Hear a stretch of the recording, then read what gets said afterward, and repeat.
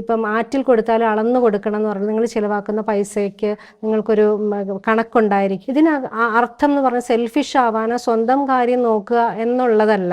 വേർഡ്സിന് നമുക്ക് ഉത്തരവാദിത്വം. നമ്മൾ എന്തു പറയുന്നു അതിന് ഉത്തരവാദിത്വം നമുക്ക് തന്നെയാണ്. ഓൺലൈൻ എഡിറ്റിംഗ് സിസ്റ്റം ബ്രെയിനിന് വേണം. ഫീമെയിൽസിനെ കുറിച്ച് എപ്പോഴും കേൾക്കുന്ന ഒരു കംപ്ലൈൻ്റ് ആണ്, വായി വരുന്ന പറയുന്ന വാക്കുകൾക്കൊന്നും യാതൊരു ലിമിറ്റും ഇല്ല, വായി വരുന്നതെല്ലാം വിളിച്ചു പറയുകയാണ്, ദേഷ്യം വരുമ്പോൾ അങ്ങനെ ചെയ്യുന്നു ഇങ്ങനെ ചെയ്യുന്നു. അതൊക്കെ ഒന്ന് റെഗുലേറ്റ് ചെയ്യാൻ പഠിക്കുക.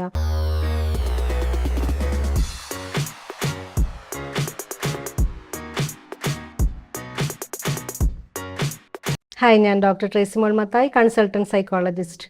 നമുക്കിന്ന് pre marriage counselling for females അതിനെക്കുറിച്ചൊന്ന് പറയാം. നേരത്തെ നമ്മൾ മെയിൽസിനെ കുറിച്ചൊന്ന് പറഞ്ഞല്ലോ.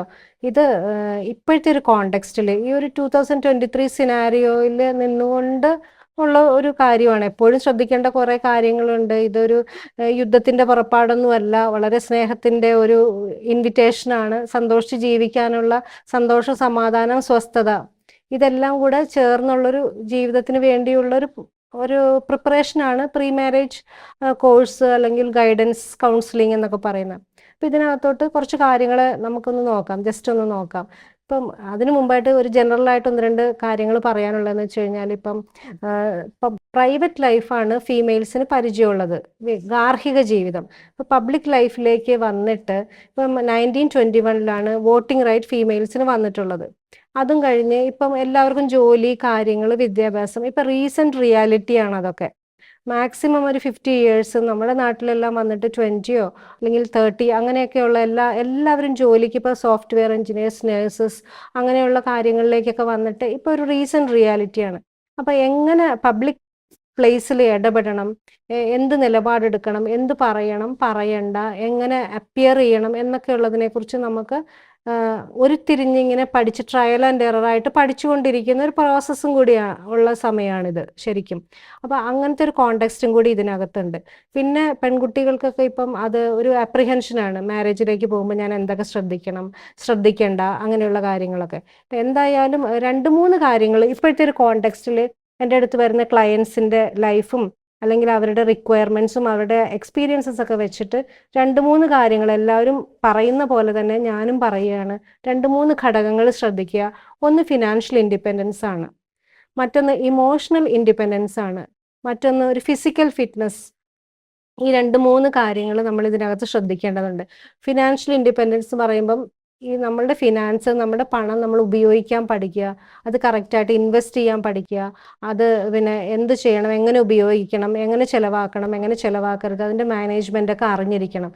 നിങ്ങളുടെ പണം നിങ്ങളുടെ പണമാണ്, അത് എങ്ങനെയാണ് മാനേജ് ചെയ്യേണ്ടത്, അല്ലെങ്കിൽ അത് നിങ്ങൾക്ക് ഒരാൾക്ക് കൊടുക്കണമെങ്കിൽ ഏത് രീതിയിൽ കൊടുക്കണം, അത് ഇപ്പം ആറ്റിൽ കൊടുത്താലും അളന്നു കൊടുക്കണം എന്ന് പറഞ്ഞാൽ നിങ്ങൾ ചിലവാക്കുന്ന പൈസയ്ക്ക് നിങ്ങൾക്കൊരു കണക്കുണ്ടായിരിക്കണം. ആ രീതിയിലൊക്കെ അത് ശ്രദ്ധിക്കണം. ഇതിന് അർത്ഥം എന്ന് പറഞ്ഞാൽ സെൽഫിഷ് ആവാനോ സ്വന്തം കാര്യം നോക്കുക എന്നുള്ളതല്ല ഇതിനർത്ഥം. നമ്മൾ സെൽഫ് റെസ്പെക്റ്റോട് കൂടി ജീവിക്കാനുള്ള ഒരു പ്ലാറ്റ്ഫോം ഒരുക്കുന്നതാണ്. നമ്മൾ കുറച്ച് നല്ലൊരു ബ്രാൻഡഡ് ആയിട്ടുള്ള ലൈഫിലേക്ക് പോകാൻ വേണ്ടി ശ്രദ്ധിക്കുക എന്നുള്ളതാണ്. നമ്മൾ എന്തെങ്കിലും പോയി വഴക്കായി പ്രശ്നമായി ഒരു വിക്ടിം റോളിൽ അല്ലാതെ നിങ്ങളുടെ ജീവിതത്തിൻ്റെ ഉത്തരവാദി നിങ്ങളാണെന്നുള്ള രീതിയിൽ ജീവിക്കാനുള്ള കാര്യങ്ങളാണ് ശ്രദ്ധിക്കേണ്ടത്. ഇമോഷണൽ ഇൻഡിപെൻഡൻസ് എന്ന് പറയുമ്പം എപ്പോഴും എന്നെ ആരെങ്കിലും ഒന്ന് ടേക്ക് കെയർ ചെയ്യും, എപ്പോഴും വേറെ ആരും സ്നേഹിച്ചാലേ എനിക്ക് സ്നേഹം തോന്നുന്നുള്ളൂ, ബാക്കിയുള്ളവരെപ്പോഴും എന്നെ പിന്നെ ശ്രദ്ധിക്കണം, സ്നേഹിക്കണം, അങ്ങനെയുള്ളൊരു അല്ലാത്ത റിക്വയർമെൻറ്റ്, ആ കാര്യം ശ്രദ്ധിക്കുക എന്നുള്ളതാണ്. അത് എന്നെ ടേക്ക് കെയർ ചെയ്യേണ്ടത് ഞാൻ തന്നെയാണ്. എൻ്റെ റിക്വയർമെൻറ്റ്സ് എന്നെ ഹാപ്പിയാക്കി നിലനിർത്താനുള്ള പ്രൈമറി റെസ്പോൺസിബിലിറ്റി എനിക്ക് തന്നെയാണ് എന്നുള്ളൊരു ബോധം ഉണ്ടായിരിക്കുക എന്നുള്ളതാണ്. പിന്നെ ഫിസിക്കൽ ഫിറ്റ്നസ് എന്ന് പറയുന്നത് ഫിസിക്കൽ എക്സസൈസ് നമ്മൾ റെഗുലറായിട്ട് ചെയ്യുക, നല്ലൊരു ഡയറ്റ് ഫോളോ ചെയ്യുക എന്നൊക്കെ പറയില്ലേ. ഇതൊരു മാരേജിൻ്റെ പ്രിപ്പറേഷൻ ഇതൊക്കെ പറയുന്നത് എന്തിനാണെന്ന് വെച്ച് കഴിഞ്ഞാൽ ഇതെല്ലാം നമ്മുടെ ബോഡി നമ്മുടെ ടൂളാണ്. ആ ബോഡിയിലാണല്ലോ നമ്മൾ ഇരിക്കുന്നത്. അപ്പം മനസ്സ്, ശരീരം, ഇമോഷൻസ് ഇതെല്ലാം ഇമ്പോർട്ടൻ്റ് ആയിട്ടുള്ള, അപ്പോൾ ഇതെല്ലാം കറക്റ്റായിട്ട് ഫങ്ഷൻ ചെയ്യണമെങ്കിൽ ശരീരത്തിൻ്റെ ആരോഗ്യം ഇമ്പോർട്ടൻ്റ് ആണ്. ഇപ്പോൾ ഒന്നും കൂടി ഇപ്പോഴത്തെ ഒരു കോണ്ടെക്സ്റ്റിൽ ഞാൻ പറയും, അതിപ്പം എൻ്റെ അടുത്ത് വന്ന കുറച്ച് ക്ലയൻസിൻ്റെ അനുഭവത്തിൽ നിന്നും ഞാൻ അവരോട് പറഞ്ഞപ്പോൾ അവർ കളരി പഠിക്കാനൊക്കെ ഇരുന്നതായിരുന്നു. ഒരു വളരെ ഇമോഷണൽ ആയിട്ടുള്ള കുട്ടി. തൊട്ടാൽ കരയും, തൊട്ടില്ലെങ്കിൽ കരയും, അങ്ങനെ ഇരുന്ന് കരഞ്ഞ് കരഞ്ഞ് പാനിക് അറ്റാക്കുമായിട്ടൊക്കെ എൻ്റെ അടുത്ത് വന്നത്. അപ്പം കളരി ക്ലാസ്സിൽ പിന്നെ ക്ലാസിക്കൽ ഡാൻസറാണ്, നന്നായിട്ട് പഠിക്കുന്ന കുട്ടിയാണ്, പോയമൊക്കെ എഴുതുന്നതാണ്. അപ്പം കളരി ക്ലാസ്സിൽ പോകാൻ തീരുമാനിച്ചു. പിന്നെ എന്തോ കാര്യത്തിൽ അത് ക്യാൻസലായി എന്ന് പറഞ്ഞു. ഞാൻ പറഞ്ഞു എന്തായാലും അതിന് തന്നെ പോയി ജോയിൻ ചെയ്യുക. ഇപ്പം ഇങ്ങനെ എല്ലാവരെയും പേടിയാണ്, ഒറ്റയ്ക്കൊന്നും മൂവ് ചെയ്യാൻ പറ്റുന്നില്ല, എപ്പോഴും കൂടെ ആരെങ്കിലും വേണം, ആരെങ്കിലും ഉപദ്രവിക്കുമോ, ചെറിയ ചെറിയ അബ്യൂസസ് ഒക്കെ ഉണ്ടായിട്ടുണ്ട്. അപ്പോൾ അതിനെക്കുറിച്ചുള്ള ട്രോമ ട്രിഗർ, ഓർത്തുള്ള വിഷമങ്ങൾ, ഇങ്ങനെയുള്ള കാര്യങ്ങളൊക്കെ. അപ്പോൾ ഈ ഡിഫെൻസ് മെക്കാനിസം ഏതെങ്കിലും ഒരു കാര്യം പ്രാക്ടീസ് ചെയ്താലുള്ള ഗുണം എന്താണെന്ന് വെച്ച് കഴിഞ്ഞാൽ ആരെയും പിന്നെ ആരുമായിട്ടും ഫൈറ്റ് ചെയ്യാനോ അല്ലെങ്കിൽ ഉപദ്രവിക്കാനോ വഴക്കുണ്ടാക്കാനോ ഒന്നും തന്നെയല്ല, നമ്മളുടെ അലേർട്ട്നെസ് നന്നായിട്ട് നമുക്ക് ഓണായിരിക്കും. അതുപോലെ തന്നെ ഒരു ഡിഫെൻസ് നമുക്കിപ്പോൾ ഒരു സ്ഥലത്ത് ഒരു ഡേഞ്ചറസ് ഒരു സിഗ്നൽ വന്നു കഴിഞ്ഞാൽ പെട്ടെന്ന് ആക്ട് ചെയ്തിട്ട് അവിടെ നിന്ന് വിഡ്രോ ചെയ്യാനോ രക്ഷപ്പെടാനുള്ള ഒരു പോസിബിലിറ്റി കൂടുതലായിരിക്കും. ഇങ്ങനെയുള്ള കാര്യത്തിന് വേണ്ടിയാണ്. അല്ലാതെ ഒരു ഫൈറ്റിലോട്ടല്ലല്ലോ പോകുന്നത്. മാനസികവും ശാരീരികവും വൈകാരികവുമായിട്ടുള്ള ആരോഗ്യത്തോടു കൂടി ഇരിക്കുക എന്നുള്ളതാണ്, ആ ഒരു രീതിയിൽ ജീവിക്കാൻ സാധിക്കുക. അപ്പോൾ ഇതിനകത്ത് ഇങ്ങനെയുള്ള കാര്യങ്ങളൊക്കെ ശ്രദ്ധിക്കുക. പിന്നെ നിങ്ങളുടെ വേർഡ്സിന് നമുക്ക് ഉത്തരവാദിത്വം. നമ്മൾ എന്തു പറയുന്നു അതിന് ഉത്തരവാദിത്വം നമുക്ക് തന്നെയാണ്. നമ്മൾ എന്തെങ്കിലും ഒരു പിന്നെ ഓൺലൈൻ എഡിറ്റിംഗ് സിസ്റ്റം ബ്രെയിനിന് വേണം. അങ്ങനെ മനഃപൂർവ്വം പ്രാക്ടീസ് ചെയ്യുക. എന്തെങ്കിലും വായിൽ വരുന്നത് വിളിച്ചു പറയുക. അത് എപ്പോഴും ഒരു ഫീമെയിൽസിനെ കുറിച്ച് എപ്പോഴും കേൾക്കുന്ന ഒരു കംപ്ലൈൻ്റാണ്. വായി പറയുന്ന വാക്കുകൾക്കൊന്നും യാതൊരു ലിമിറ്റും ഇല്ല. വായി വരുന്നതെല്ലാം വിളിച്ചു പറയുകയാണ്. ദേഷ്യം വരുമ്പോൾ അങ്ങനെ ചെയ്യുന്നു, ഇങ്ങനെ ചെയ്യുന്നു. അതൊക്കെ ഒന്ന് റെഗുലേറ്റ് ചെയ്യാൻ പഠിക്കുക. പിന്നെ നമുക്കിതിനകത്ത് വേണ്ടത് ലവ് ആൻഡ് റെസ്പെക്റ്റ് ആണല്ലോ. ഈ ലവ് ആൻഡ് റെസ്പെക്റ്റ് എല്ലാ മനുഷ്യർക്കും വേണ്ട കാര്യമാണ്. അപ്പോൾ അത് കൊടുക്കുക, മേടിക്കുക എന്നുള്ളൊരു കാര്യം ചെയ്യുക എന്നുള്ളതാണ്. പിന്നെ എല്ലാവരോടും സ്നേഹബുദ്ധിയ ഇടപെടാനുള്ള ഒരു കാര്യം ശ്രദ്ധിക്കുക. നമ്മുടെ പിന്നെ എന്താണ് ബൗണ്ടറി കറക്റ്റായിട്ട് സെറ്റ് ചെയ്യാനായിട്ട് പഠിക്കണം. അതായത് നമുക്കൊരു റെഡ് ഫ്ലാഗ്സ് എന്ന് പറയും, ഡേഞ്ചർ സിഗ്നൽ.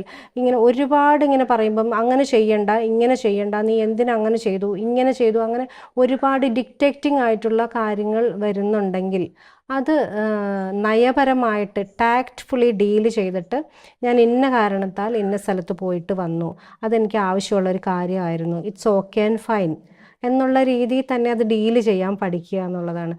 അല്ലാതെ അവിടെ ഒരു സീനൊന്നും ക്രിയേറ്റ് ചെയ്ത്, അതായത് നമ്മുടെ respect, take respect and give respect and take respect എന്നാണല്ലോ. അപ്പോൾ നമ്മൾ അത് കൊടുക്കുക, റെസ്പെക്റ്റ് മേടിക്കുക. നമ്മൾ റെസ്പെക്റ്റ് കൊടുത്തിട്ട് റെസ്പെക്റ്റ് കിട്ടിയിട്ടില്ലെങ്കിൽ നമുക്ക് അതിനെ ഒന്ന് വേണമെങ്കിൽ ഒന്ന് ഡിമാൻഡ് ചെയ്യാൻ സാധിക്കും. എന്നോട് ഈ ലവ് ആൻഡ് റെസ്പെക്റ്റ് എല്ലാവർക്കും ആവശ്യമുള്ളതല്ലേ, എനിക്കും ആവശ്യമുള്ളതല്ലേ എന്നുള്ള രീതിയിൽ നമുക്കത് ചോദിച്ചു മേടിക്കാനും സാധിക്കും. അപ്പം ഈ വക ഇൻഗ്രീഡിയൻസ് ഒക്കെ ഉണ്ടെങ്കിൽ ഒരു സന്തോഷമുള്ള ജീവിതം നമുക്ക് ഉണ്ടാവാൻ സാധിക്കും. നമുക്ക് പറ്റിയൊരു മാച്ചിനെ കണ്ടെത്തുക എന്നുള്ളതാണ്. ഇതിനകത്തൊരു വൈബ് മാച്ചിങ് എന്ന് പറയും. നമ്മുടെ ഒരു ഫിനാൻഷ്യലി ഓക്കെ ആണോ, എഡ്യൂക്കേഷനലി ഓക്കെ ആണോ, ജോലി ശരിയാണോ, കുടുംബം ഇതാണോ, റിലീജിയൻ, ഇങ്ങനെ കുറേ കാര്യങ്ങൾ നമ്മളൊരു മാച്ചിങ് നോക്കാറുണ്ടല്ലോ മാരേജിന് വേണ്ടിയിട്ട്. ഇതിനൊപ്പം തന്നെ ഈ പേഴ്സണാലിറ്റി മാച്ചിങ്ങും കൂടി ഒന്ന് നോക്കുന്നത് നന്നായിരിക്കും. നമ്മൾ തമ്മിൽ സംസാരിക്കുമ്പോൾ നമ്മുടെ ലൈക്സ് ഡിസ്ലൈക്സിനും ഒരുപാട് അന്തരമുണ്ടോ, അത് ഒരുമിച്ച് പോകാൻ സാധിക്കുന്ന തരത്തിലുള്ള പേഴ്സണാലിറ്റി ആണോ, പരസ്പരം വളരെ കോൺഫ്ലിക്റ്റിംഗ് ആണെന്നുണ്ടെങ്കിൽ അതിന് ആ രീതിക്ക് പോകാതിരിക്കുക എന്നുള്ളത്. നമുക്ക് ഒരുവിധം ഒത്തു പോകാൻ സാധിക്കും എന്നുണ്ടെങ്കിൽ ആ ഒരു കാര്യത്തിലേക്ക് പോവുക എന്നുള്ളതാണ്. അപ്പം ഇങ്ങനെയുള്ള ഇതുപോലെയുള്ള കാര്യങ്ങളെല്ലാം ശ്രദ്ധിച്ചു കഴിഞ്ഞാൽ നിങ്ങൾക്ക് അതിലേക്ക് ഒരു മാരേജിലേക്ക് പോകാവുന്നതേ ഉള്ളൂ. നിങ്ങൾക്ക് എല്ലാവർക്കും നല്ല കറക്റ്റായിട്ടുള്ള മാച്ച് തന്നെ കിട്ടട്ടെ. നല്ലൊരു മാച്ച് കിട്ടി നന്നായിട്ട് ജീവിക്കാൻ എല്ലാവർക്കും ഭയങ്കര ആഗ്രഹം, ഒരു ശരിക്കും പറഞ്ഞാൽ വളരെ താല്പര്യമാണെന്നാണ് പറഞ്ഞിട്ടുള്ളത്. പക്ഷേ എല്ലാവർക്കും ഒരു അപ്രിഹെൻഷനാണ്. വെറുതെ പണിയാവോ ഇതിലോട്ട് പോയിട്ടുള്ള സമാധാനവും സ്വസ്ഥതയും പോകുമോ, അതുകൊണ്ട് അതിന് പോവാതിരിക്കുക, അങ്ങനെയുള്ളൊരു രീതിയിലുള്ള സംസാരമൊക്കെ നമ്മൾ കേൾക്കുന്നുണ്ട്. അങ്ങനെയൊന്നുമല്ല.